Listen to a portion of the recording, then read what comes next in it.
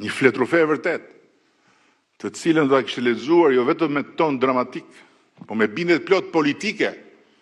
edhe vetë heroina e telenovelës Rruga e Shpresës, Albana Bulku. Ndërkohë që unë vura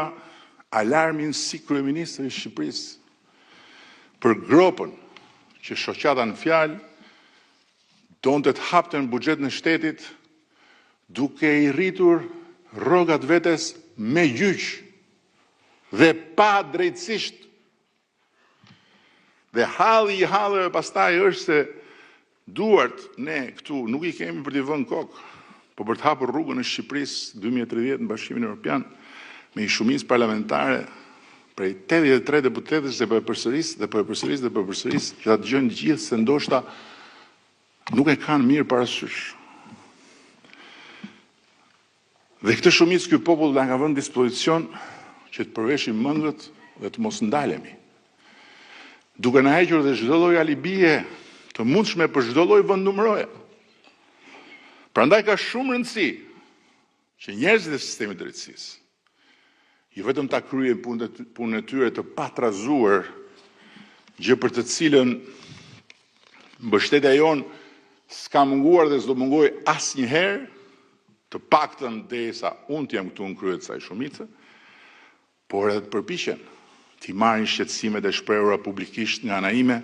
si shqetësime në interes të shtetit, jo të pushtetit që ne përfaqësojmë. Them nga ana ime, pasi pakti ynë I brendshëm këtu në këtë grup është që askush nuk duhet merret me gafat dhe lajthitet e drejtësisë së re, sepse pikërisht qëllimi ynë si forca udhëheqëse e reformës në drejtësi nuk është të bëjmë presion,